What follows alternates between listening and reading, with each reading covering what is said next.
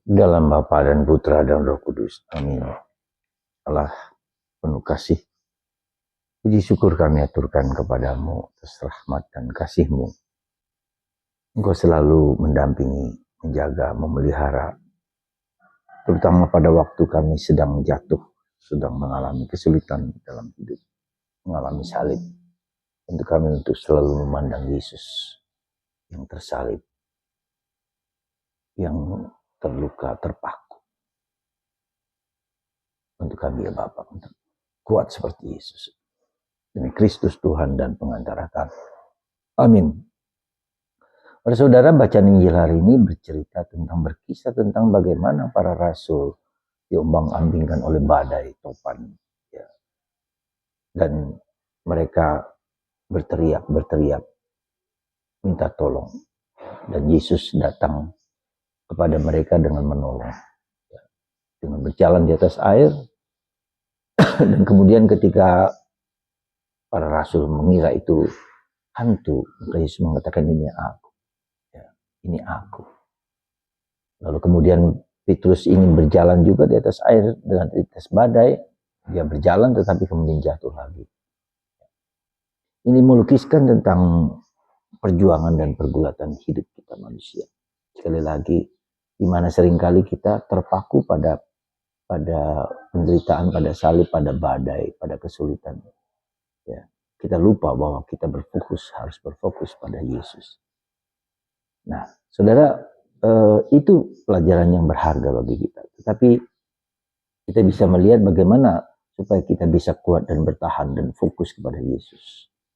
Saya kira apa yang dilakukan Yesus menjadi contoh kita. Jam 3 pagi, sekali lagi jam 3 pagi dia berdoa semalam-malaman di tempat yang sunyi. Nah, apa yang mau saya sampaikan bahwa supaya kita kuat dan tangguh saat yang paling bagus.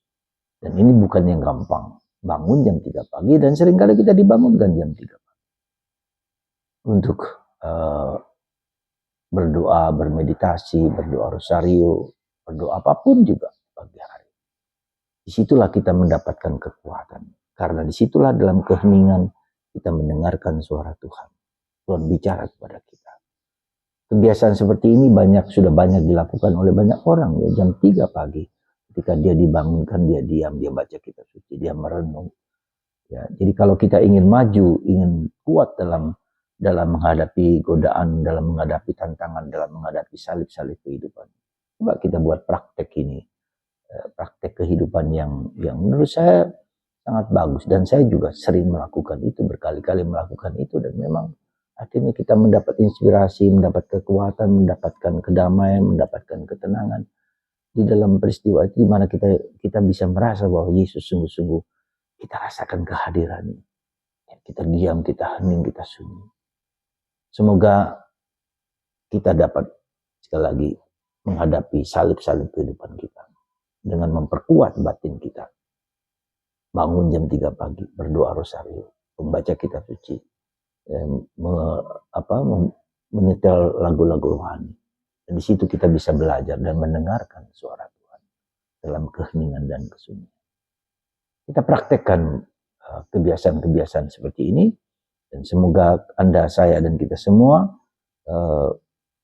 sungguh dapat merasakan kekuatan yang bukan dari diri kita sendiri, tapi dari Kristus yang hadir dan hidup. Dan inilah saya kira problem penting di dalam kehidupan kita adalah bahwa kenapa kita seringkali cemas gelisah? Karena seringkali kita tidak merasakan Tuhan hadir.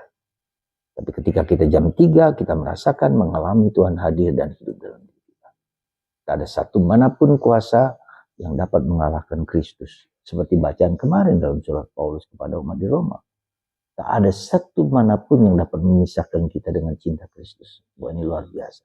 Kemarin kita bisa mendengarkan. Tuhan memberkati Anda dan kita semua.